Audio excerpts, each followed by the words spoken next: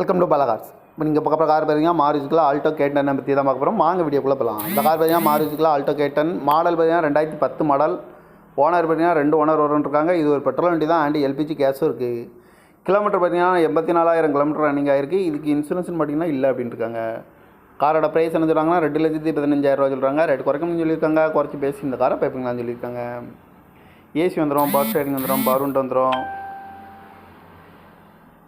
TN19B 9599 அப்படிங்கிற நம்பரில் தான் அந்த கார் இருக்குது அப்படின்ட்டுருக்காங்க. பார்க்க வேண்டிய இடங்கள் பார்த்தீங்கன்னா பவானிங்கிற இடத்துல தான் அந்த கார் பார்க்க முடியும்.